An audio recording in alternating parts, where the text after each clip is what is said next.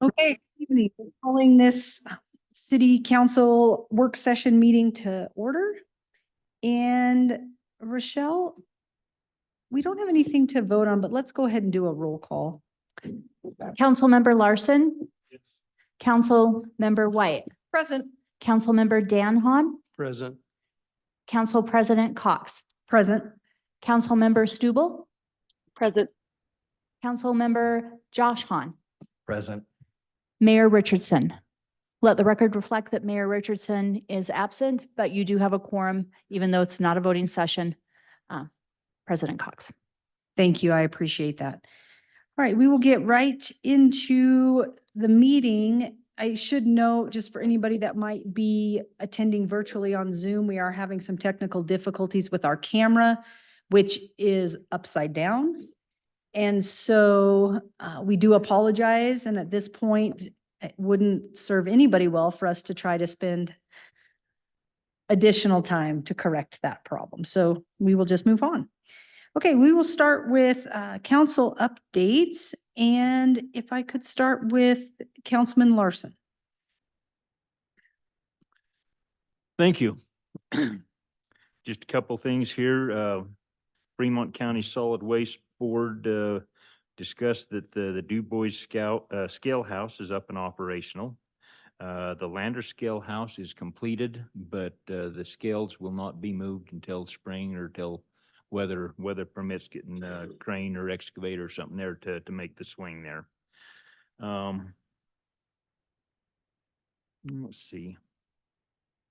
Okay, so we're going to the chamber meeting, and the chamber, and I think that there was people from the city that met with the wayfinding individuals that were in town and discussing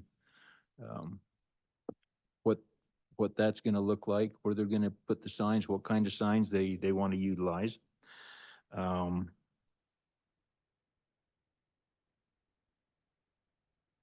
The assistant dean from University of Wyoming will discuss the half-cent ED tax at the chamber awards banquet. I think that's on the 8th, so in a week or so here. And it was interesting that they had come up with a county-wide return on investment from the ED tax of 3.91 to 1, which I thought was amazing. I would be real curious to see how that's figured, and I'll be interested in attending that meeting and seeing what they've got there. Also, the Brewfest this year, it's going forward. Lots of brewers that want to attend. They're trying to limit that to around 31 to 33 brewers. But for the first time, they have a distiller that is going to be part of the Brewfest, and they just made the comment, that the distillers are more of a highbrow type people, when they come to town and might be looking for the opera and the art district there. So we'll see how that works out. Other than that, it's great to see the street crews out and really getting down and scraping the ice now. And boy, it's looking good, except for it's uncovering all the potholes and everything. But that's just got to be expected. So I think that's all I've got. Thank you. Yeah, thank you, Councilman Larson and Councilwoman White. Thank you. A few things, picking up on the street crews. I've also noticed they've been really busy with getting potholes filled as they can, as the weather and dryness allows. And I appreciate that. And I'm sure all of Lander does. Planning Commission went through a very lengthy meeting in their last meeting, a very challenging request from a landowner whose land does not fit our current codes. And there's no obvious way to make it work. And they're going through a very thoughtful, deliberative process on that, put an incredible amount of time and energy into it so far, and it continues. I continue to be very, very impressed and grateful to the work that that group does. I attended the LEDA meeting, Lander Economic Development Association, a couple updates from them. The Wyoming Outdoor Weekend is shaping up really well. It will be May 17th and 18th. The 17th is, I believe it is totally full with educational opportunities for school groups. So Game and Fish does a great job with that, all kinds of stations that school groups go through. And they only have 4 vendor spaces still available. So they're pretty excited about how that's working. It was nice to be able to be there. We had a lot of topics of conversation, and one was, can't remember when exactly it was that came before us as a council about the idea of having a corporate membership in LEDA, and what their intention is more of, hey, if you help us raise money to be able to hire a position, we will co-brand events with you. And that's kind of not what was initially brought to us, as it would be more of, you would buy a seat on the board, which all of us were averse to. So it's good to get that air cleared. What they're looking for is continued ways to find ways to hire an individual to serve as a director, to be able to move some of the projects forward. And potentially that's a way to do that. So for X dollars, you get this kind of branding and publicity type thing. So that seems great. They've also asked about what their alignment with the city should be. So from LEDA's initial time, the desire was to be an independent entity that had an MOU with the city to be its economic development entity, but standalone, pursuing its own goals, targets, et cetera, for that. And the question they asked is if that should continue, or if LEDA should move under the direction of council. Like, that's a great question. That's never really been posed to us in quite that specific terms for it. But up until this point, it's always been its own entity that has the designation as the city's EDO, but not under the direction of us. So great conversations for that. I would be remiss not to use this opportunity to send a huge shout out to the LVHS Nordic teams. Girls won first handily, 65-point margin for the girls, which is incredibly impressive. On Saturday's event, they took second, third, fourth, and fifth. The remarkable showing. Boys likewise just narrowly missed winning, just 12 points down. Kelly Walsh was the winner. And again, I think it's remarkable that Lander, being the size that it is, can compete so handily against much, much larger communities. That was really awesome. And as always, thanks to the fire department for the parade through town. That is such a great tradition. Lastly, I just want to share that I was appointed to the State Trails Advisory Board representing Nordic skiing and other winter activities, which is really nice. Hope to both address the larger issues that State Trails is working on, and also will continue to be an advocate for winter recreation as well. Thank you. Wonderful, thank you. Okay, Councilman Dan Hahn.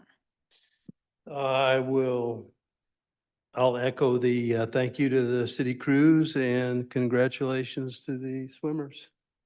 That's all I have. All right, thank you. And Councilwoman Stubble. Thanks, Council President Cox. I hope you can hear me okay. I have no updates.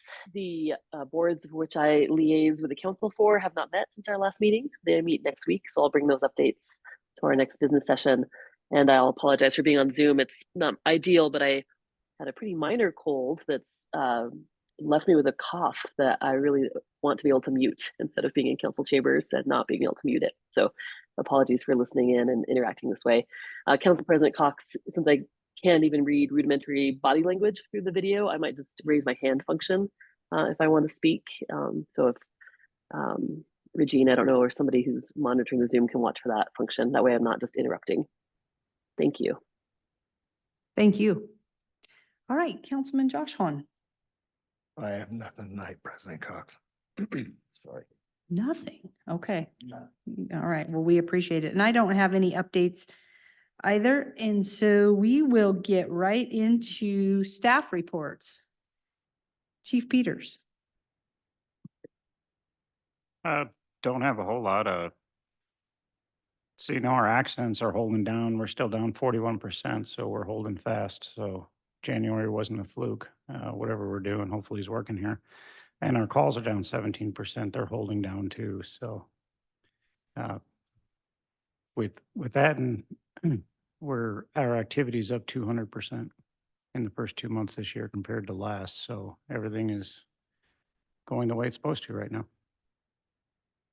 That's all I got, unless you have questions. That's encouraging. Any questions from the council? All right. Okay. Lance. Yes, thank you. Just an update. We do have 71 construction helping us out a little bit with potholing. So they'll be filling in as we're still cleaning up ice and snow, and then we'll transition to more full-time potholing as the weather permits. So getting a little help from these contractors. We've got an RFP out. Regine helped put that out for help from contractors for just general purposes. We had a lot of applicants. So various people from moving snow all the way to carpenters to engineers, a great response. So really great that that many people want to work with us moving forward. But happy to answer any questions if you guys have any. I don't have a question. I do have a comment. I received an email from a constituent and it was I believe they were in our ward. So I believe Councilman Larson received the same email. Had some valid concerns about snow removal in reference to Park Street specifically. So I'm making the assumption that this individual lives on Park Street. I also live on Park Street, so I can echo the concern in the sense that it was not plowed. The other question was, and it was interesting because we've had the map that indicates when streets are going to be plowed and those types of things. We've talked a little bit about some limitations or barriers within communication in getting that out to the public. I do know that that was there. I was able to access it rather quickly on the city website when I was communicating with this person. And so my question is there a better routine or a better way? Because there were a lot of streets that didn't get plowed. Is there a better way to communicate the issue of, hey, if you live on this street, that street, it's not going to be plowed? Versus here's the map that says it's going to be plowed and then it doesn't get plowed. Do we feel like that would be better? Or, I mean, I just feel like we say we're going to, and then it doesn't happen, and then it creates other problems. Sure. I guess what we have is 1st through 5th priorities. And so each time there's a storm, you're going to work through those priorities, and then everything else falls into the same priority. And the goal of our operator, or Mark, when he goes through, is to try to get to every street. Like, his attempt isn't to leave things completely unplowed. It's eventually to get to that street and then to make an improvement.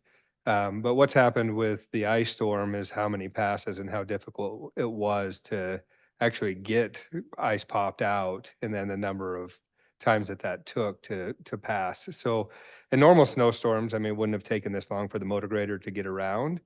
What we don't want to do is promise and then not deliver. And I think that that's what everybody is saying. Hey, can you tell me when you're going to be at our street tomorrow? And I mean, how many times have I told you that we've had something break down and we can't get there? And then you get 30 phone calls like, you didn't get to my street, we moved our cars, what happened? And then you're explaining your entire operations day by day and then trying to get caught up. We did attempt to provide more communication to the public, and it provided a lot more feedback and frustration. So we could talk more. I guess if you have ideas or suggestions of how you would like to communicate, we've gone all the way to gathering information and text messages like, we're going to be on your street tomorrow, but you're still promising. And then when it doesn't happen, you didn't meet their expectations. Just a quick clarifying question. So by getting more information out, you felt like there was more negative response and more? Yes, definitely. It was an expectation that you're going to get all the way to the gutter. You're going to make all the improvements. My street's going to be fully operational. I think that it really had people thinking, that you're going to be there. And then when you weren't there, we were fielding phone calls at City Hall all the way through Public Works all the time, or getting comments on Facebook or social media. Okay. Councilwoman White, did you have? No, okay. Okay, thank you. Mm-hmm. Any other questions? All right. Regine. Thank you. I want to expand a little bit on what Lance said about our 2024 to 26 general services proposals. And we send this out so that we can have general service contracts with a number of vendors. And that way we don't always have to go through the 3-bid process for every single project that we want to go through. So we got a total of 31 responses. 12 of those were engineering firms, and the other 19 ranged from concrete, plumbing, HVAC, carpenters, electricians, excavators, truck drivers, and street repair. So we're going to have a very good group if we award all of these. These contracts will come to you in, probably not in March, but probably in May, April. What's it next after March? In April for signing those general services contracts. Any questions on that part? So, thank you, Council President. So I'm assuming we want to clarify, I think the reason for doing that is that generally that's a better use of taxpayer dollars to be able to contract specific services than trying to do that in-house and consistently having those folks on staff. So I think That's correct. that's probably the question folks have. Why are we looking for that? And that's the answer. We are trying to be judicious with the use of taxpayer dollars. Right. It's a huge efficiency and cost savings in getting all our contracts awarded if they meet our procurement policy that we just changed where it's under $75,000. Yeah, great. Thank you. And I have one more item in response to something that Councilwoman White said. The master plan is another contract that will be on your agenda at the next council meeting. And that is supposed to be done in December 2024 with Ayers and Associates. A portion of that master plan is economic development. So we will get some expertise put into the areas of economic development, our relationship with LEDA, our relationship with the half-cent economic development tax, entrepreneurship, our revenue recapture, all those kinds of things that we talk about that are economic development related here at council.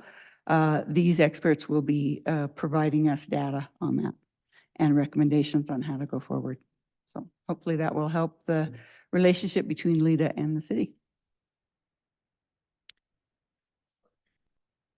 Yes. And you said it was Ayers Consulting or? I think it's called Ayers and Associates. Okay. AYERS.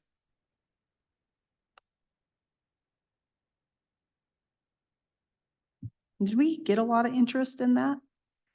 We did not. That RFP only had the one applicant. So we went ahead and interviewed them, and we had an interview panel here with Parks and Rec and even Lance and myself, and we went ahead and engaged them. Okay. Again, the contract hasn't been signed by council, so they can't do any work yet, but that should be on your next council agenda. Okay. Any questions, council? All right, thank you. Shari. Just a heads up that we're going to do a soft campaign with the water bills this month. What we're trying to do is update our contact information in our water billing system because we have a lot of landlines and we think we just have some bad data. We have a QR code bill. We put it on the water bill. You'll start seeing that on social media with a website where the homeowner can pull that up, put their information in, and then we'll slowly work on, do you want to receive text messages and updates? But we have to clean up our data first. It will also help us when we go to replace our meters that we'll have good contact information for scheduling appointments. That's all I have. Great, thank you. Any questions? All right. Go ahead. I don't have anything. Nothing. Okay, well, thank you. All right, Rochelle. I have nothing. Thank you. This is good, efficient. I like it. Keep that in mind. Okay, any other questions or discussion before we move to the next item of business? All right, if we could have our Table Mountain Living update and presentation.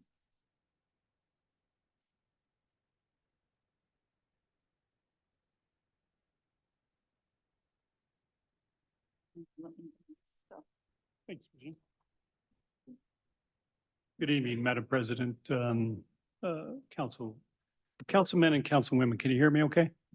Good. Again, my name is Tracy Rue. I am the treasurer and a member of the Lander Housing Authority. I presented to this council, I believe it was October, giving them an update on our project. I'm here tonight to not only give that update, but then we have an ask at the very end of that update. Yeah, I'll be brief in the presentation as I've presented this data before. It's slightly changed. As you know, the Lander Housing Authority is a city-owned organization that is in the progress of building a memory care and assisted living project. The current board members, we've added 2 since our last time to meet in October. Judy Legursky as their vice chair and Dean McKee as a member. I believe all of those board members are present tonight. As you remember, Table Mountain is an 18-bed memory care unit with a 22-bed assisted living, providing all the necessary functions within this facility, such as dining, beauty, theater, game room, chapel, exercise room, etc. The feasibility study was performed by Whipley under contract with the city of Lander. The primary market was Fremont County. They did determine that the feasibility for this area was a 14 to 26 bed memory care unit and a 22 to 30 bed assisted living. Tracy, I just want to interject. I went ahead and put the full Whipley report in front of the council. So you have that full feasibility study in front of you. Thank That's you, great, Regina. thank you. Yeah. The performa was also prepared by Whipley. This is used to obviously underwrite the loan request and grants to obtain the necessary funding to get this project off the ground. Assuming the graduated FTEs for full occupancy and the rental rates that are set forth by the Housing Authority Board. We are currently, obviously, we've gone through our October 23 to January 24, where the final construction costs were calculated from these bids. That cost did increase by a little over $1.5 million. We are currently obtaining a bank qualified letter to finalize the loan with community. In addition to securing the council's pledge, and this is our ask, to pledge the land to finalize this loan.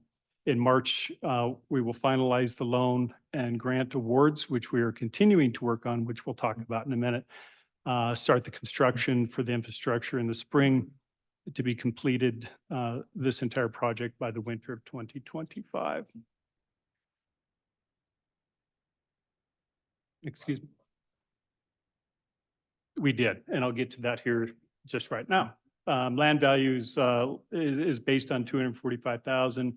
The design build contract with our architecture and contractors, 1.5 million. Site work is close to $3 million. The building cost itself is $13 million for a total construction cost of $17.4 million. 3.3 additional dollars will be needed to for startup cost, marketing, taking into account the graduation of, or the gradual occupancy rate over the course of 3 years for a total project cost of $21 million.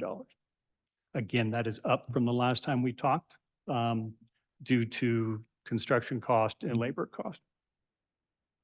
Our current funding sources, as you can see here, we've had, just under $1 million in monies received from donors, the Wyoming Business Council, the city match, the ARPA funds, which we received last fall of $2.6 million, the city land equity of $245,000 again, Wyoming Community Bank, which is the loan we are trying to secure for $10 million.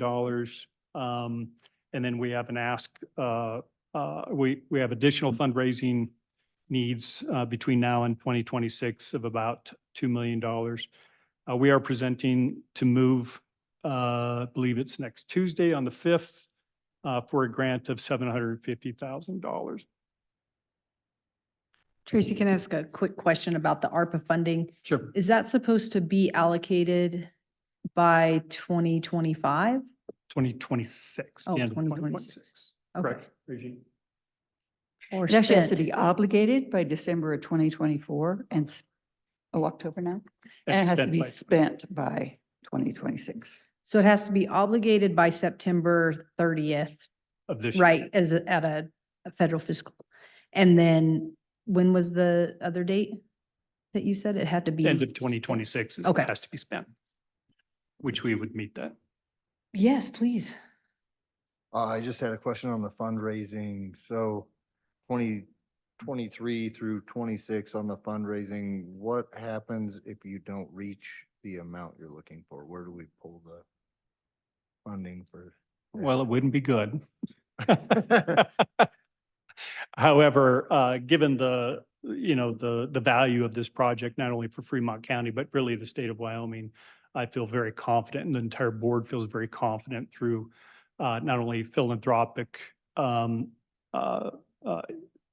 funds, but through additional grants that we've been made aware of, not only state, but federal grants, that we can achieve that goal. We're in a little bit of a quandary, to be honest, about, if we delay this project and wait for that $2 million, our project costs are going to go up another $1 million, right? So we're not going to take that big of a risk, but, it is something that we're going to have to work hard on over the next 3 years, but we feel very confident. So Thank you. that monies obviously will be working towards the operating capital over the next 3 years. So in reality, if that even dribbles in over the next 6 years, we should be okay. We also believe that the progression of the occupancy rate will be much greater than, based on current numbers, than we have in our performance.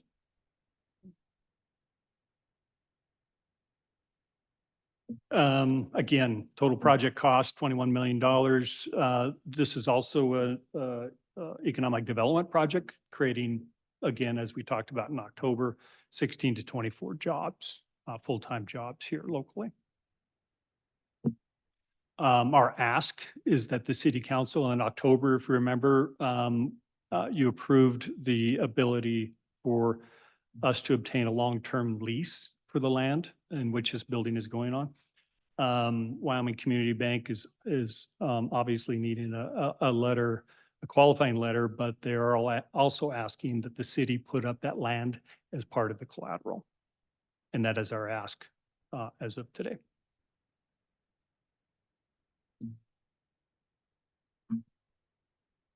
And with that, I will open it up to questions. All right, any questions from the council? Yes, council. Thank you. Councilwoman White? A question for you, Tracy, in terms of the building, to what extent have you pursued any kind of value engineering with contractors to see what can be done to lower that cost? Right, we have, and I'm glad you brought that up. So with this budget here, we have some additional ways to save money. For example, if we're unable to really reach that $2 million goal quickly, meaning in the next year or two, we can value engineer that down quite a bit, meaning what we talked about, raising about $1 million in value engineering. But there's also, with these types of construction bids and that went out, some of these subcontractors were pretty absorbent. I mean, they came in pretty high. And there's certain things that we can do in the construction phase to reduce those costs dramatically.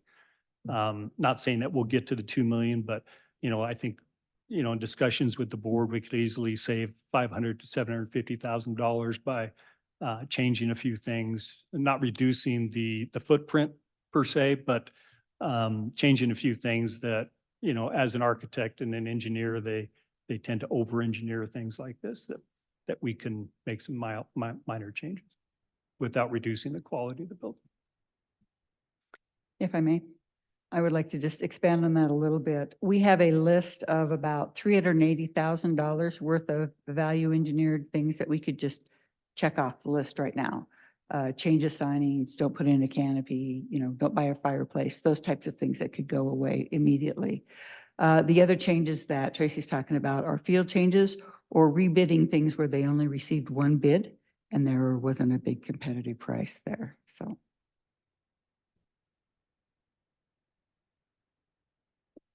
So what you're needing from us as a council is the land. We need you to put it up as collateral. Yes. And when is that due by? We would like to secure that, that loan in March. And under the state statute listed here, 15-9-113, it does allow the cities to mortgage, pledge, or otherwise encumber or dispose of any real property. Council President. Please. Yes, I was just curious, Shari, Regine, have we done this in the past? Pledged land? Wake up, Shari. Pledged. Oh, you know, the CES building, that was land that we had used and that was a partnership. If you remember the community or the child development services, that was the same. The chamber building, that's our land that has that building on it. But have we pledged it as collateral? I don't know if we've done that before. I know other municipalities have done that. So it's not necessarily uncommon, but it's also not common. But Okay. it was probably done for the CES building because that was a loan when that one started. Okay. To me, it makes sense, but I just wondering if that was something that we had done in the past. Not, I personally have not. Okay. And Councilman Larson, in my tenure here, the land wasn't encumbered in a long-term agreement, but those Wyoming Business Council grants that we got, like the chamber building, Mhm. the land was considered an in-kind donation, Right. but it wasn't encumbered for the 15-year of the Yeah. loan. So that's just a slight difference, but it's really not, because if the Wyoming Business Council, if you didn't pay that off, they would come and take your land because it was pledged as part of the project. Okay, thank you. I mean, I think the bottom line is that obviously it is a risk of $245,000. But I believe a very, very low risk for something that's desperately needed in this county.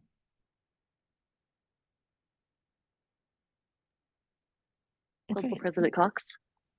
Yes, go ahead. Thanks. So I hope I didn't interrupt anybody. I'm curious if there's a staff recommendation on this question. I'm sorry, I didn't hear. Specifically, your question about the pledging of the land? That's right. Yeah. Does staff have a recommendation on what direction they think council should go? She's just asking for staff's opinion, which is dangerous time. It's good to know, though. In reference to the pledging of the land as collateral. I guess with staff, it's fairly low risk for the investment. So 245,000 to get something back that is worth $20 million is, you know, low risk, high reward. And then this property is up by the hospital. It's not really a developable site unless you do a lot of work that's happening up there that is currently bringing in all the utilities, all the improvements to put a building there. You know, the building, once it's built, will need to be occupied and used. And, you know, once it's up, I think we're hoping that it does do exactly what it is and that you do find somebody to use it. We understand that it's, as a staff, we know that it is an investment for the city, but this isn't property that has been on our radar for other purposes or other uses. Quick question on, and this might be too early, premature. Has it been resolved about the interior or the entrance and the exits? Because at one time, their concern was there was only one entrance into that area. Is that still, am I making that up? So Have we that's been resolved worked that? out in the civil plans. The other thing that is happening, the business council grant is actually improving infrastructure to the hospital. And we're investing as the city for improvements to the roadway and utilities in the area. So there is a benefit, a side benefit for a road that is city right of way to be maintained and upgraded through this project as well. So will there be a second right away then, or no? The fire trucks will turn around. There's going to be a turnaround. They won't be able to actually go up to the building and do that, but it's got a hammerhead style turnaround and everything will be accessible and be able to be maintained. It doesn't have a second entrance like a subdivision would, but it is accessible for emergency vehicles and other vehicles. And it seems like the site plan's sufficient. So other things are happening. And I think that the utility grant that we received is dependent on the building. And so utilities will not be brought to the site unless the building is moving forward and committed, is my understanding. So the site will still remain as a pretty open, barren land, as a Frisbee golf course, I guess, you know, or a place to hit golf balls if you're like me, and you can't get anywhere near the fairway. I would guess there will be netting Yeah. involved at some point. Regine, did you want to respond to Councilwoman Stubel's question? I think she asked a collective of, Oh, for staff recommendation. for all staff, yeah, that. Where I'm wearing two hats, I will just tell you that it was, has been discussed more than once at our staff meetings that we have weekly. And I guess the general consensus was what Lance said at first, a $245,000 investment by the city or encumbrance by the city is pretty small for the large community benefit. And the loss would be we would lose the land if things didn't go well. And there are changes coming to the lease on your next council agenda too. And Adam might have to talk a little more on this, but in the event of a default, which is the worst case scenario you could ever have, right? There is a 6-month time frame in the lease. There's 180 days, just like we put in for Maven, to figure out what to do, right? Okay, let's get a new operator. Let's kick the housing authority bird down the road, you know, whatever that default suggestion or solution is, there's 6 months in the lease to get that done.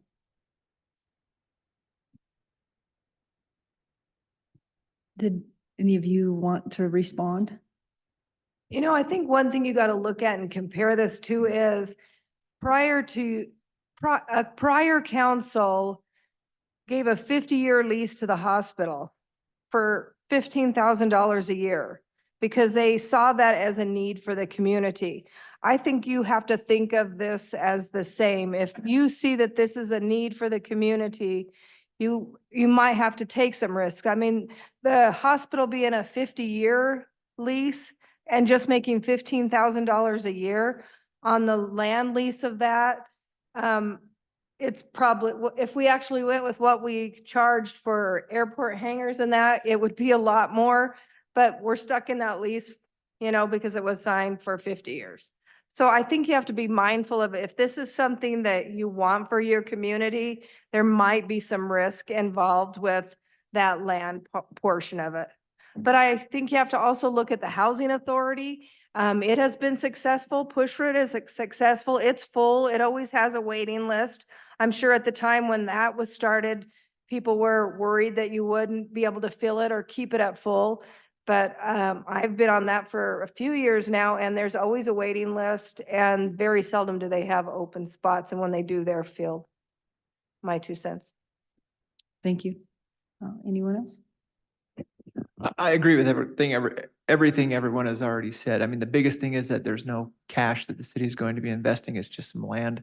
Worst case scenario is if they default, then there could be a foreclosure and the land could be taken. But I think there's enough safeguards in place that it's doubtful that would happen, but you never know. But anyway, that's all I've got. Thank you. Rochelle? No comment, thank you. Thank you. Yes, Councilman Larson. Well, I want to shift gears here for just a little bit, but I know that at one of the previous meetings, you had talked like when you were down to Utah with your in-laws and so forth, that that there was so much overbuild on memory care and facilities like that. And, you know, just the feeling that I got from you is that, you know, can we fill this thing? Are those concerns still there, or? The easy answer to that is yes. I would be concerned that we can't fill to the capacity that we're trying to build to. Now, saying that, this is my own personal experience and certainly not, you know, I don't have professional experience in this respect. But memory care is a unique need. It's one that we're limited to in Wyoming. So there are other facilities in Wyoming that we would be competing with. There are no memory care beds in Fremont County. I am concerned that we wouldn't be able to fill it. And that's only because in the facilities that I've been in within the last year, none of them are full. And I think that's a trend. I've been in Utah and Wyoming specifically touring. And I feel like that's a trend with the aging population. I think there's some death rate consideration to be taken into account, but I'm guessing that, well, I'm going to make a guess that will be taken into consideration as the project moves forward, or do we have to do another performa? Well, I think if, you know, obviously Whiffley did their feasibility study in 2022 indicating that we needed, you know, based on population and the number of our citizens who need memory care and assisted living, you know, 14 to 26 beds, 22 to 30. Obviously, that's a feasibility study performed by a third party. We did have a meeting with Westward Heights and asked them for very specific numbers as it relates to memory care patients. And correct me if I'm wrong, Regine and Dean, but I believe that they have turned away 22 people in the last 24 months for memory care services. 22 in 2 years, right? You know, I honestly don't think we're going to have a problem with the memory care side.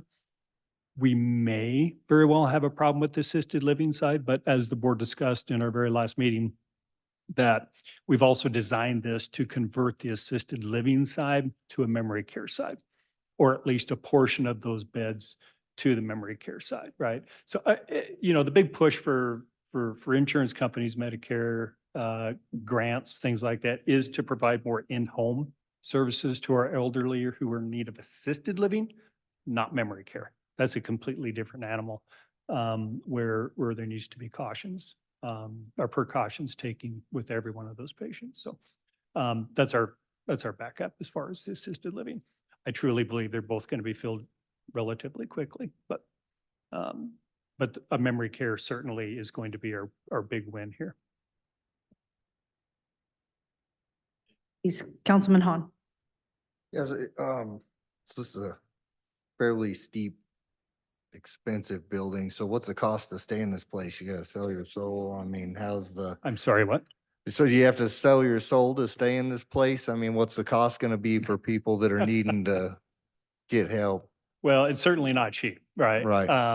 I believe our range was $3,500 to $4,500 per month on the assisted care living. And yeah, we may have to adjust that a little bit depending on our interest rates, right? And where we land on that in order to assure our profitability there. But it's not cheap, but when you know, there's a large demographic here that obviously has a retirement package that they're able to afford that. Is there assistance for people that need, you know, the help and stuff? I don't know. Medicaid. but Yeah. Yep. And you'll see, we've adjusted those numbers in the most recent update of the performance to adjust that, which is more in line with what Westward Heights has seen as far as their Medicare and Medicaid population and those adjustments. So being very cognizant, because obviously that doesn't pay as well as private pay, but most of your assisted living will be private pay. Your memory care will be your Medicare, Medicaid. Okay. So Tracy, if I could interrupt, I think I left the pro forma up there with your documents. You did. And so the assisted living side, I believe, is 4,200 a month, and memory care starts at 6,000 a month. If, depending on your level of acuity, you have additional services up above that. But that's on that first page of assumptions there. Yeah, you have a Medicaid waiver at 3,300 and then up to actually for a 2-bedroom, 6,200 per month. So, and the range in between. There's a studio apartment, 1 bedroom compact, and 2-bedroom. That's a lot of money for somebody on a fixed income. I'd be hard pressed to see it get full, honestly, sorry, but. Well, but there is, there is a population that have, a significant, what's the word I'm looking for? Retirement bank account, so to speak, right? That, So it's and for that's an really elite the, group, basically? what's that? So it's for an elite group, basically? I wouldn't say elite, but you're providing a service to a group of people that that can afford this and that, don't have the family support locally Well, you can use to be able to do that. we have the board members in the audience, Madam President, and if you wanted, we have some responses that they could give also. Yeah, yes, I'll have Councilwoman White has a couple of comments and then that would be great. Yeah, thank you. I appreciate you bringing up the cost question, Councilman Josh Hahn. Put in perspective, one, I will make a plug. If you don't have long-term disability care, it was incredibly valuable when, my mom was in a nursing home and, sent the bill. I paid, submitted the bill, got reimbursed. It's a very helpful tool to have. On another note, though, while I know that price tag seems exorbitant, a couple of nights ago over the weekend, I had dinner with a resident here whose parents' health has just declined. Granted, they're in a different state in a major metropolitan area, so I realize there's some differences for that. But for them to have in-home care, and they need 24/7 care, it's estimated to be $350,000 for the year.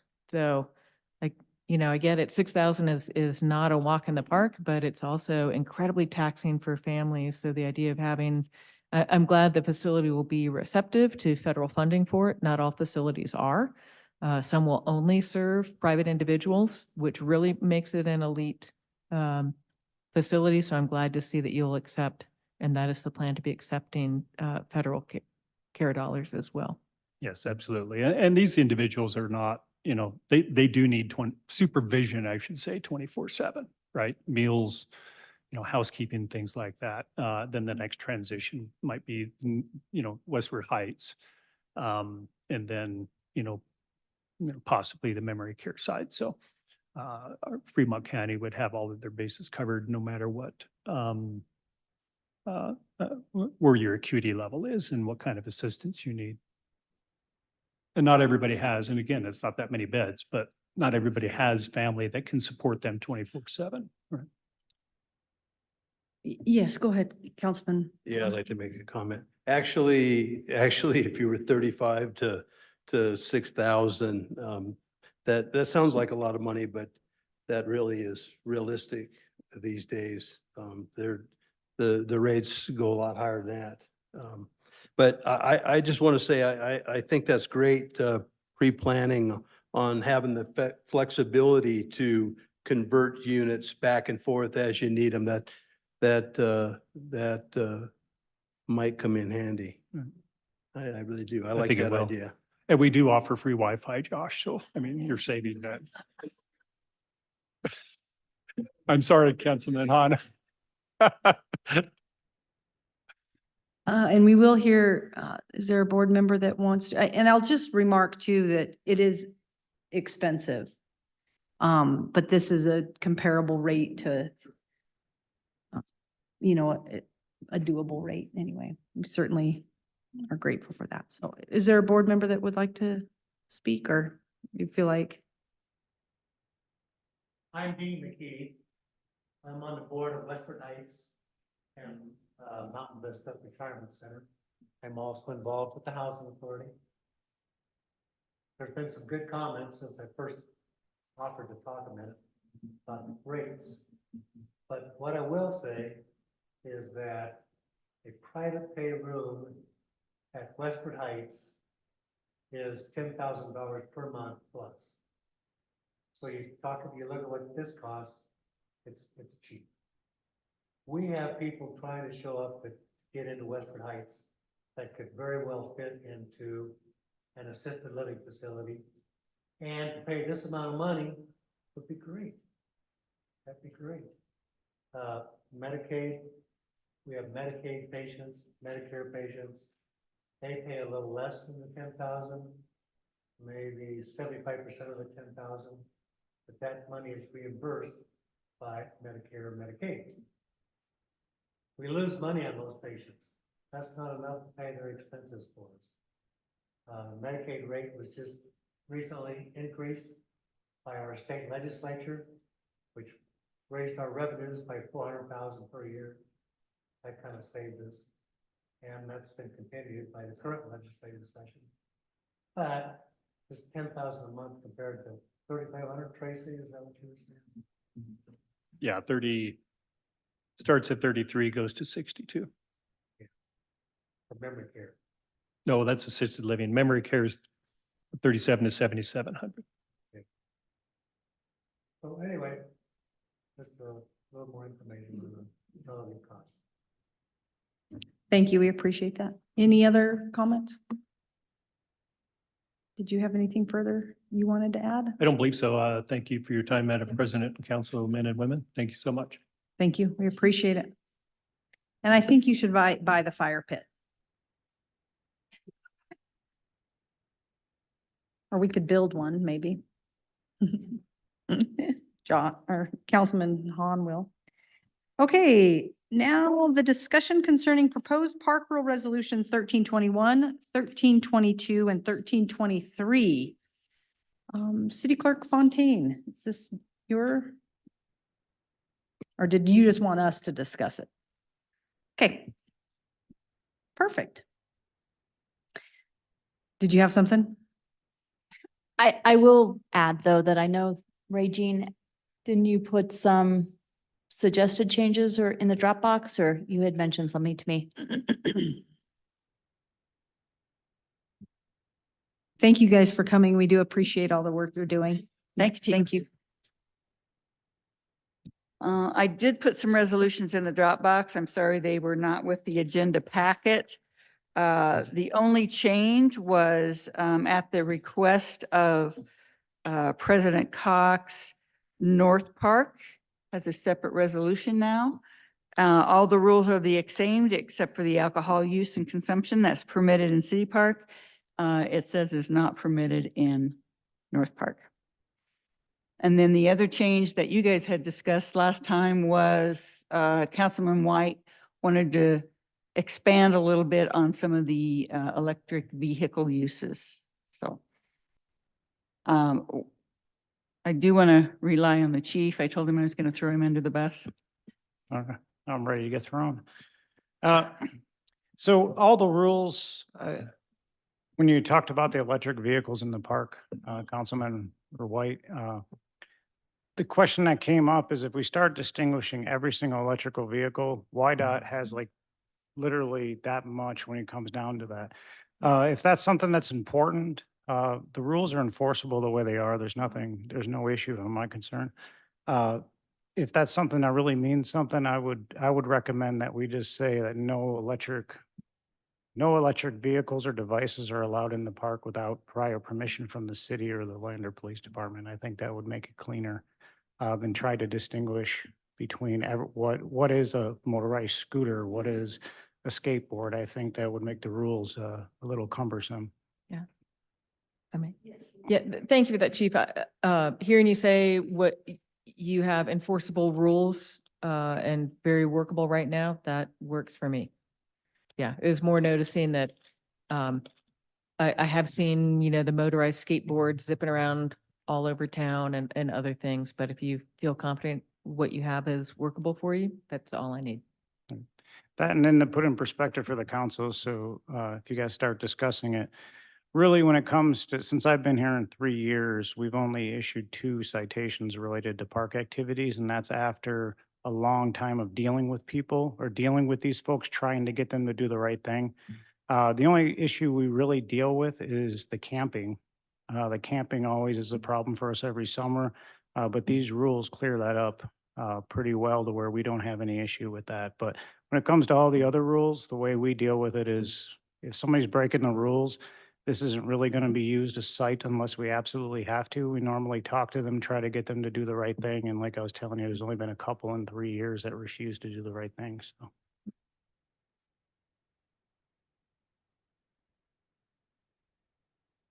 We did have some discussion prior to the meeting, just in general, about this concern with the change for North Park as well as the softball fields. And do we want to go back to the school board and discuss some thoughts that we might have in reference to those rules? We feel like there's a bit of an abrupt change and maybe more conversation needs to be had. Is that accurate? Yeah, I mean, I think all of us agree we don't want any kind of substance abuse happening. And there are, I believe, still enforceable rules about certainly underage consumption, illegal consumption, or above age and rowdy. So I'm curious to hear more from the school board, why it is, what's their intent in this?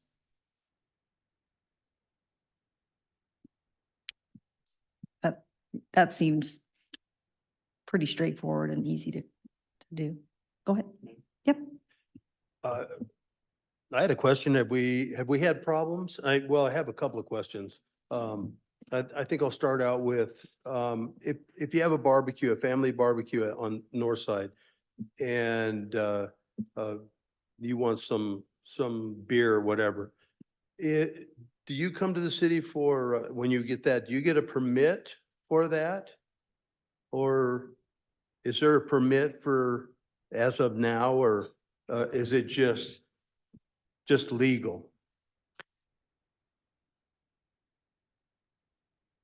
I saw where So they didn't in- want like. I'm trying to gas think pump. through that because it's sort of like an onion to unpeel. So if someone wanted to go to North Park, for example, and have a beer with your hamburger, is that what you're asking, Councilmember Dan Hahn? Well, So I was talking about like with where you cook food. at the Lion Shelter at City Park or? No, over at I'm North sorry, Side. on North Side, okay, Okay. I'm not, so if it is in one of our current city parks, there's no requirement to have an open container permit. That would be the first type of license, so to speak, that one might need. Those permits are applied for and would come before council to say yes or no. If they are selling alcohol or beer, then they would need a catering or a malt beverage permit. If they are not doing those things, they would not need anything. Okay. All right. Thank you. I would like to further maybe weekends or. When you had the question about, I don't know what the school board is. Sorry, I don't know what the school board is thinking. But I know we had a discussion at the superintendent level and with the principal down at the middle school. The reason with North Park, which was brought up by them, was the aspect of the kids use the park during the day, and they wanted to avoid any incidents of people being down there drinking while they bring the kids over to the park. So that was the issue with North Park, at least from the principal's standpoint, when I talked to him a while back. Yes, and from that conversation then went to the school board and the superintendent asked what the school board's opinion was on the use of substances on school-owned property, which consisted of the softball fields, the soccer fields, and North Park. And their opinion is that they do not want use of any kind happening on school-owned property. And you can't argue that. They're a school, they have a different set of rules. However, we've leased these properties from the school and pay for their maintenance and water and all of those things. And so I think that I was hopeful that within our lease agreement, there would be something that would cover that to a certain degree, but there is not. Go ahead. Yeah, I can understand that perspective. I'm not wanting any substances, legal or not, present when kids are around. And perhaps the happy medium is during designated school hours. That's not allowed, so that weekend use, evening use, et cetera, is acceptable during those times. Yeah, it does seem like a little bit of a, I don't know quite the right word, but if the city's leasing it, I think there needs to be a bit of a give and take in how the rules are framed. And the leverage would be that we could give them back, right? I mean, is that accurate? I don't want to overstep, but it's not the end outcome we want, but Yeah, I think these agreements have been in place over time and have been, some of these things like alcohol have not been defined and we've been looking for them, trying to understand. But I think that historically you've seen the softball fields, people able to consume alcohol there and haven't been prohibited from doing so or posted to do so. So at North Park being the same, we've had a beer fest, I believe, at North Park. We We've did. had one at the school district. So these are certainly changes Mhm. from practice and what's been done in the past. I think that Adam's been trying to get in touch with their attorney and discuss this more. What does it mean to lease these properties? What rights do we have and what are we controlling versus, what are they trying to do? I definitely understand North Park being right across from the school and the issues that we have there. We have to be understanding of, that is something they use as kind of overlap to that school at times for PE and other uses. And so I think we can work through this with give and take, but I don't know if we're ready to say yes or no as staff without having further conversations and trying to talk to maybe the school district's attorneys and understand the agreements a little bit more. that sounds reasonable to me. And I will also note that the softball fields, they have both adult and youth league, and during the youth, there is no consumption of alcohol.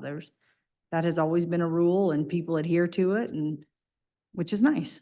The kids are playing. We're not a bunch of drunks out here swirling around the rocks. But I think the place to start maybe would be with the superintendent, Lance, that either you and Adam or We can do that. you and the mayor have a conversation with what their thoughts are. And I've reached out to their attorney multiple times, multiple phone calls and emails. I did get one email back a long time ago that said that they were going to look into it and get back to me, and they've never gotten back to me. Well, So I think this is the getting back to. maybe, and maybe it's better for their superintendent to reach out to their own attorney and get some clarification for us, because they just aren't responding to me very well. So is it our desire of our council to be able to do this during certain times and continue some of these activities, or what are, I guess, just an overall feeling as far as what the council would like to do here with these parks? The other thing that I think is in our ordinance, and don't quote me on this, but I think we only have a certain few exempt properties for open container that are written in our ordinances. And North Park and the softball fields are not written into those ordinances. The golf course property, city park, we have specific properties. I don't know if Dillon's in there or not, but we'd have to make some correction to those ordinances if they are open container exempt. So we've never gone to that step to add these properties in and say you can drink here either. So some of this needs to be cleared up on our side if it is allowed. Yeah, so make sense? potentially it's not allowed.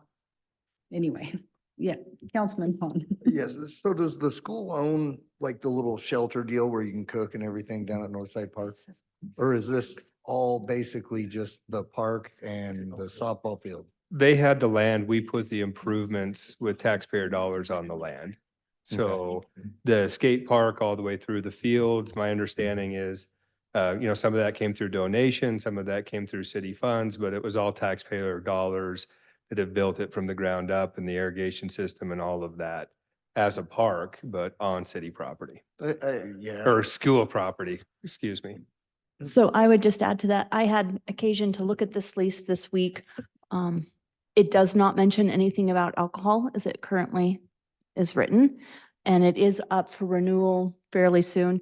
And then my second comment is that Muni Code 2-2-12 talks about open containers, and number 3 says all city parks between the hours of 8 and 11 that you can consume alcohol. I can understand where someone might think North Park was a city park, especially because we're here discussing rules for city parks and North Park is named. So I agree that if that is the intent of council and staff, that needs to be changed. What I was thinking was like weekends just confined to where the barbecues are and that. That's what I was thinking. I wasn't thinking all kinds of different hours, just something simple, weekends and. Well, and that- school doesn't go all year long either. You have all summer where school's not in session. And kids are in all parks, not just that one. I think it's a little bit more of a complex issue than just there will be no drinking. I mean, we talk about the infrastructure is really cities' infrastructure, which may be something that we need to talk about. Is there a way to purchase these properties? Is that open for discussion? That's something we've tried to do in the past, and the school board at the time was not interested in us purchasing North Park. So when we started looking at the new park, in developing other lands, that was with the concern that the school district ultimately has control of these lands. If we're siting a new school, is this going to be their next site? That was really my reaction, is overseeing the parks, making sure that we had adequate lands that we had control over. So we've added some park space. We still have North Park. It'd be great to reach an agreement, but we know that we're not the ultimate decision maker of that land and what happens to it in the long run. We know that there's the old North School, hoping that, that could be maybe reconfigured in a school site if they're going to. I think it's Baldwin Creek Elementary is probably their next one that's going to phase out, but we asked for a facility management plan, like what are you going to do for your next schools? Like, can we stay ahead of this? And we really didn't get anywhere in that discussion. We just got told no, that North Park wasn't really for sale. A lot of the parks master planning and what we're coming up with, and at least my thought, where we have the softball fields is a really clay area, and it's pitching out a lot of those poles. And the recommendation is like 12 foot of depth for drilling down to set these anchors to not have your backstops and everything link. We've cited the new parks, and it's much better. I mean, if we're going to build new facilities, we need to think about, all right, what do we want to do with those? Where do we want to put them? Where's the best place to put them? If we're going to put softball fields, maybe that makes sense at the new park, and going with grass and additional soccer fields around the high school where we've already built it, or starting to think about what solutions can we come up with to work within their rules and still meet our needs.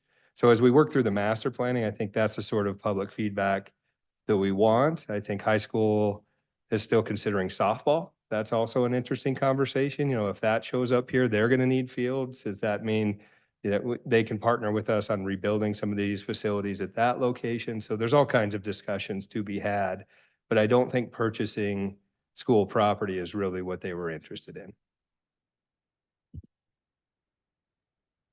Okay. So next steps would be a sit-down meeting with superintendent and figuring out, or do we just say we need to move forward? We would like to have further discussion, correct? Okay, perfect. So the way I understand it, that is for the North Park resolution only. I know the chief and the Parks Department are excited to get these other ones passed. If you guys have no objections to that, they could be on your next council session so that they can get the signs made and get them posted for the summer season. Is that correct? We could not give you North Park or Resolution 1323 at your next meeting, but we could go ahead and put the other three on the docket.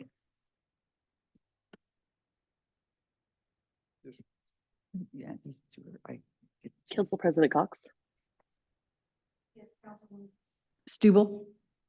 I wasn't sure if folks are head nodding to that. I mean, maybe it's too ambitious that the city staff and the school superintendent can meet before the 12th, but it seems like, you know, we could still aim to have all of them on by the 12th if we're just ironing out some agreement about if they're amenable at all to having some hours of alcohol use at North Park.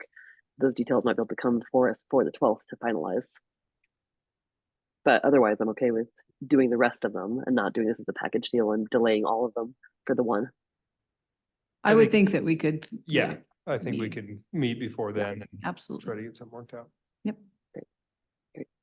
So then to include all the resolutions, which may mean that North Park is something that we deal with at the council meeting differently, but at least we can have resolution moving forward. Perfect. right, thank you. Thank you. Any other, So yes. Kel- Oh, just a Sorry. minute. We'll get right back to you. Well, let's just go to you first, since you're not Sorry. coughing. Yeah. That's the benefit of interrupting, I guess. So I was going to move to a different topic in these resolutions, away from the question of alcohol use. Is that appropriate? That's where I was going to. Okay, great. Yep.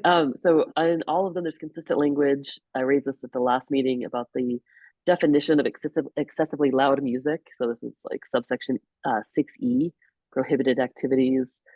No excessively loud music, defined as music at a level that annoys the other park users and park neighbors.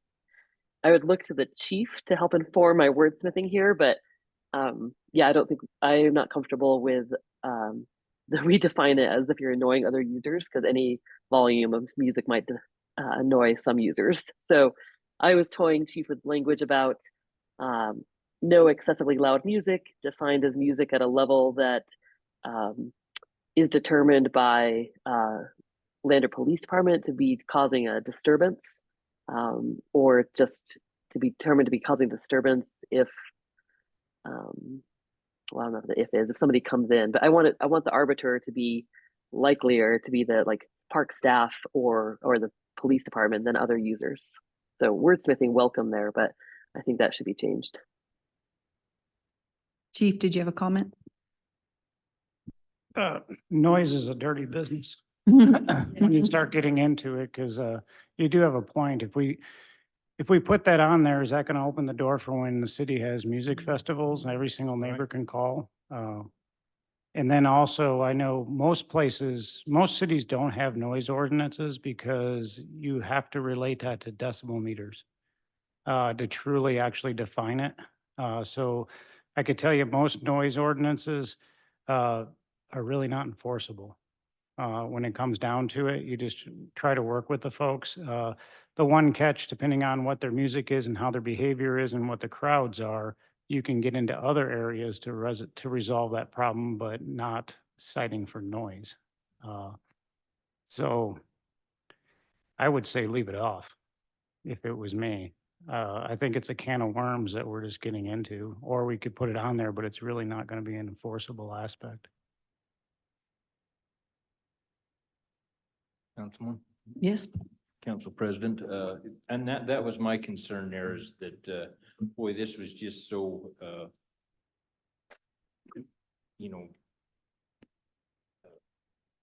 non-definable, and there was no way of actually saying, okay, this is excessively loud for me, but for Missy it might be, you know, just lullaby music. I don't know. You know, and so I just think that I like the idea of doing away with it. And if you get a lot of complaints, then that's when the police department goes down there and the SWAT team, and they take care of stuff. Yeah, when it comes to noise, it's resolvable. Dealing with folks now, if you're in a residential area and you have your stereo cranked up so loud the whole neighbors are shaking, you're disturbing the peace of the neighbors. The park's kind of a tricky situation because we have so many events and so many things going on there. But I could tell you what, I've not seen a noise ordinance citation in any municipality I've worked in before because they're not enforceable when it comes to the end. So I would agree with you. So one other idea that occurs to me is I'm open to the idea of we just leave it off as a prohibition, so we don't mention noise at all.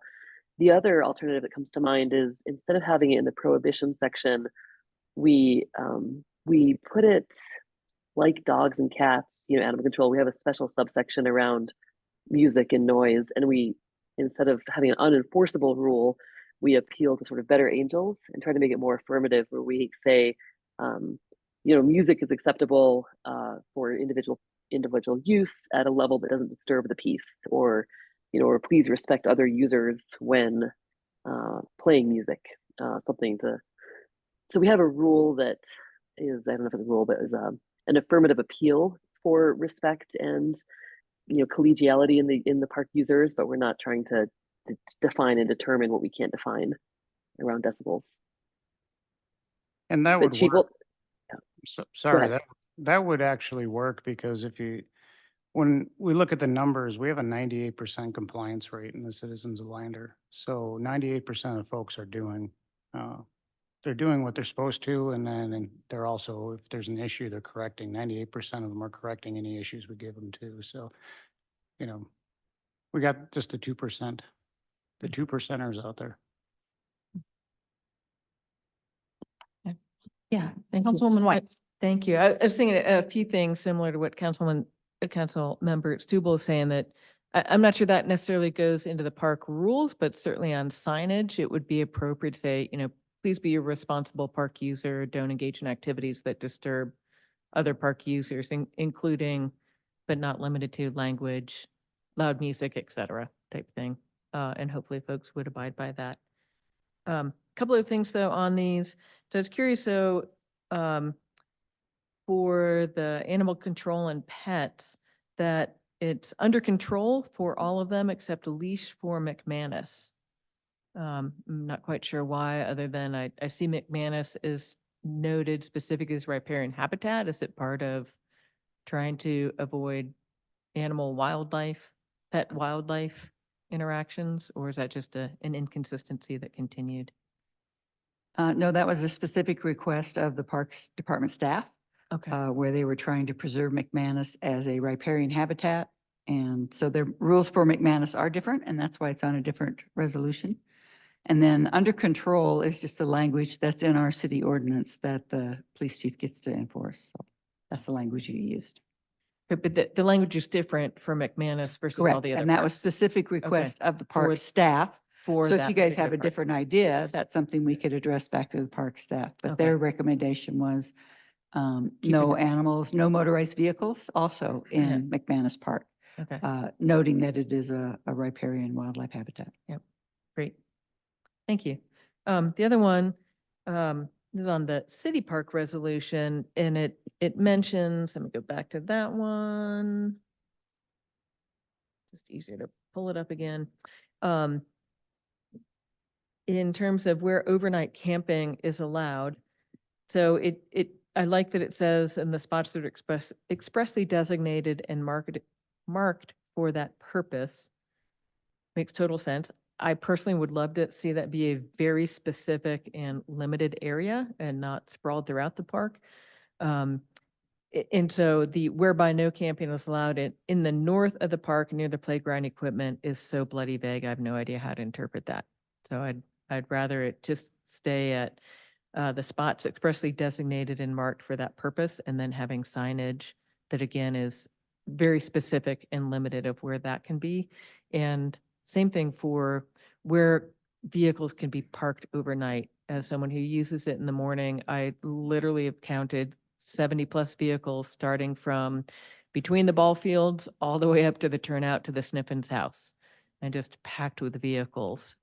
I realize we have the potential to then force other issues if it's limited to a smaller space. I'm an advocate for south of the McManus Bridge. Are we then pushing camper vans out onto city streets for overnight parking?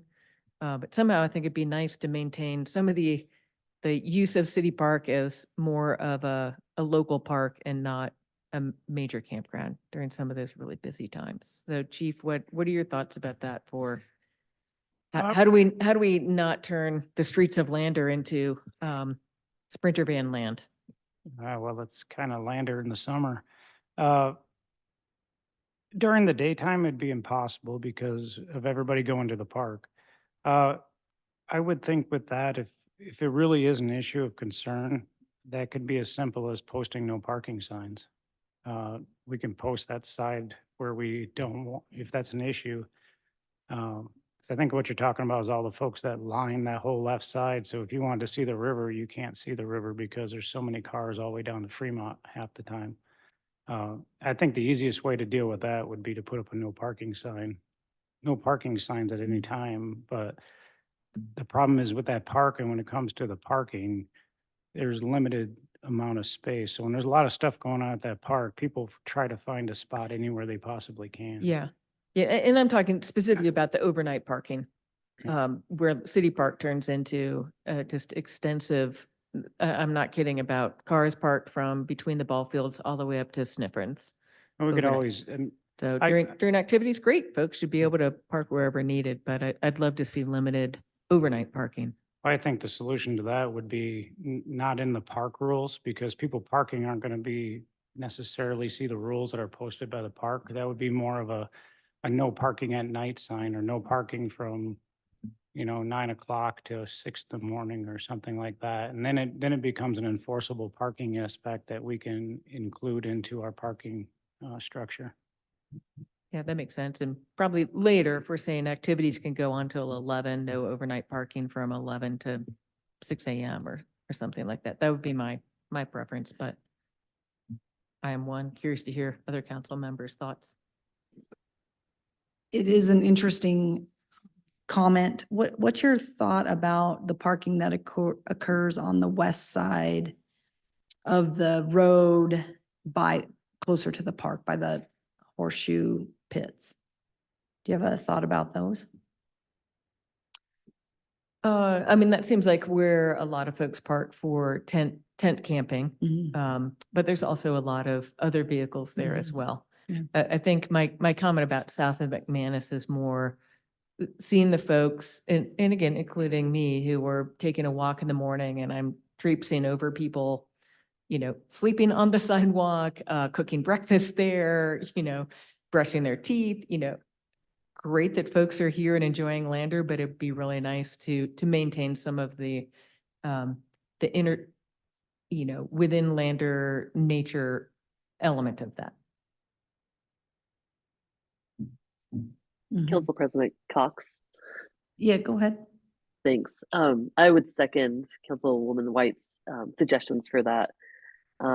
Managing where overnight camping or overnight parking exists in the park, because I think when we debated charging for camping in the fall, one of the concerns that I heard most strongly was that density and trying to balance day use for locals or visitors alike and camping use, and that the camping use is overrunning the day use abilities. And so, I mean, we all can picture along the Riverwalk, there are some picnic tables that I'm sure would be very sought after for day use, from coming out for lunch, a picnic in the afternoon, and that has become a camping spot that somebody's parked at and is spread out in and is, controlling for a period of time. So I am in favor of preserving some degree, especially those picnic areas on the riverside, as day use only and no overnight parking or camping, whatever words we want to use, in having, I think, greater restrictions on the recreational vehicle camping use, and having that be south of McManus makes a lot more sense to me. And then for tent camping, I mean, maybe similar around the band shell and south on the grass.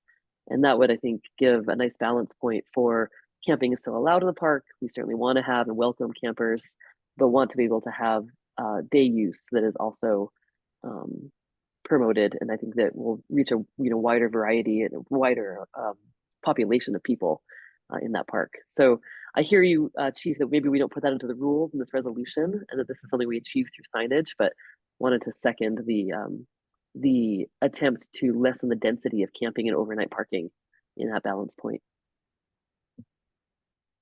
Yes, council, if I may, I think the rules that we're trying to get down to are, maybe we can leave those as, Councilwoman White suggested as designated. And then these sort of things could be handled with additional signs. Like if we're going to take away parking or we're going to adjust the use of City Park, I think that might be more appropriate in the master planning and how we end up using City Park or the recommendations as we go through that process. I would just hate to put something too specific on a sign at this point in time that we're reprinting it or getting to the point where we're being very, very specific and lengthy and wordy. And so I think as designated, and we can remove these uses if you guys want to do that, might be different discussion at some point in time. I think one thing that really comes up to mind with me is this idea of these roundtable discussions. We don't have enough of these oftentimes where even though it's like, okay, it's an hour and a half and we had two things on the agenda, a lot of good, I mean, these are a lot of good points that are being made, some great conversation. And I think at what point does the council get to have this opportunity? And so bear with us. Great minds are at that thought. Yes, Councilman Hahn, please. One thing I would suggest, since I work for White Odd and we have signs everywhere. And people don't, you get too many signs, people don't, all they see is a blur. I would keep them to I'd keep the signs to the minimum and just be specific because White Odd, I mean, we're out there every day and nobody looks at anything anymore. So you want to be careful with that. Thank you. Yeah. Thank you. Science. Yeah. Go ahead. Yes, Councilman Hahn. I'm kind of in agreement with the chief on, you know, like, and Councilman Hahn, but not a whole lot of signs, but maybe like a vehicle camping use sign in a certain, you know, a specific area, like Councilman White was suggesting, you know, to where it's not just all the way down the river, you know, but have a certain area. I would think that a vehicle camping use sign would be, you know, noticed if they're paying attention, I guess. Do we have any suggestions or changes that want to be made to these resolutions so they can be on the agenda for our regular council meeting? Do we feel confident that we're ready to move forward? Council President Cox. We're ready to go. Okay. Go ahead, Councilman Stubble. Thanks. I did have one other, we touched on it briefly, in the McManus Park resolution. And Regina, I hear that the staff requested both the dog control, dogs on leash and cats on leash. I think I have some concerns about that. I have concerns about that facility being the one that we have closed at dark, not closed at 11 p.m. I think not being consistent with City Park will frankly make those rules really tough to enforce for McManus Park. I think I certainly, as a user, don't recognize I'm leaving one park and going into another park. And so again, we could put up signs and now you're in a leash law place, maybe. But I just think that enforceability for both the after closing at dark and leash law there is unlikely to happen. And as a dog owner, I don't think I'm alone in feeling that once you cross over to McManus Park, you're in a bit of a wild zone where you're not near a playground. It feels like a more natural setting to let your dog off leash, frankly, because you're not in traffic and playgrounds and, you know, kids playing sports. That it feels like a more appropriate place versus clearly I understand there are wildlife there, but as a user in the park, it feels to me unnatural to then put your dog on a leash. That's where you think, oh, great, I'm not going to disturb people. Now they can be off a leash. So I just don't think that's enforceable. And I think that's a really small area of riparian habitat. It's a much broader corridor. I suspect wildlife travel through there if they have to, but probably don't spend a lot of time given the amount of people and disturbance in that very small unit. So it feels weird for me to say this since I work for conservation organizations looking to preserve wildlife habitat, but I don't think that needs to be our highest priority for McManus. And I think if it is, it's going to be much harder to enforce that. So we would need to think deeply about how to actually make those that closure at dark and that leash law enforceable. So I would recommend here that we maintain the language for McManus that dogs and cats are under control and that it is not closed at dark. It's closed at 11 p.m. like City Park is. Thank you, Chief Peters. The only reason why that says dark or closed at dark is that really it's an unlighted, it's a very dark area where all our other parks have lighting. So when it comes to the aspect of safety, in my view, it was better to say close at dark. Even though when it comes to enforceability, I understand that. But it was a whole aspect of somebody walking in there and literally it's pitch dark in McManus after dark. So it's just the safety side. It was the dark aspect of it. I hadn't considered that piece of it. I was thinking about wildlife and users. So I'm not firmly attached to the closing at dark. I do think there'll be people who go in there for like a night walk experience with headlamps, right? But you know, people will do things regardless of what the rules are anyway. So I'm comfortable with leaving that at dark, but I do think that dogs and cats under control versus on leash again makes sense for not changing those rules just when you cross a bridge. And I'm sure they will too, and we won't bother them. We might say, hey, it closes at dark. Okay, any other comments, questions? Yes, Shari. You know, this is a lot of enforcement. Is this a police department? Is this what you want your police department doing? Is this warnings that the parks people during their normal working hours could handle and hand out? Because I think this just sounds a lot like a lot of extra work for our police department on one focused area. If you could just have it be, I'm not thinking that they should be tickets. If your parks employees during the day can say, hey, you can't park here and move along, but I don't know what your vision of that is, because to me, that seems like we probably have better things for these police officers to do than sitting at the park and moving vehicles around.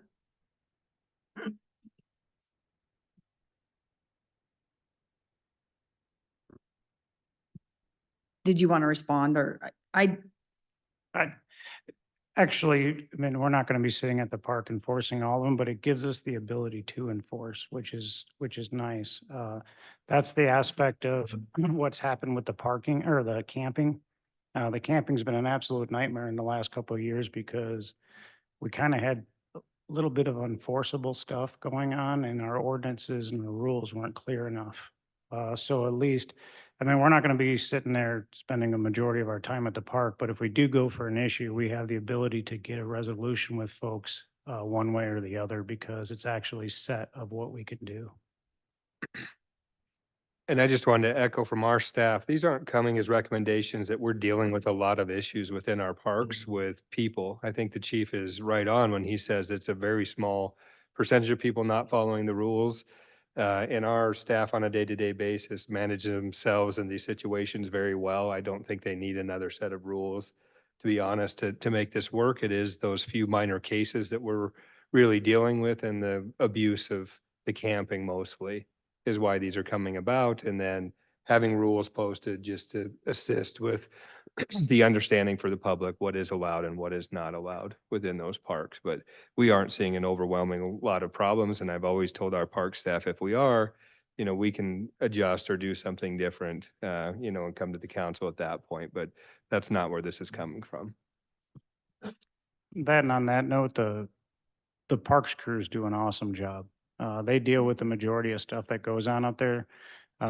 Normally when we get a call from them, and that's because they've dealt with something or dealing with somebody who just will not cooperate without us coming up there. But the majority of the park stuff is dealt with by the parks crew, even though I don't know if it's necessarily in their job description, but they do an awesome job at it. So, but when it gets out of hand, that's when we get involved. Okay, was there anything else that the staff wanted to? I think we're ready to move forward with the resolutions with changes as noted. And I don't see any other items other than an adjournment. So it's been a good meeting. We appreciate your information and those of you who have come. We don't think we need to have a motion, do we? Because it's work session. Thank you.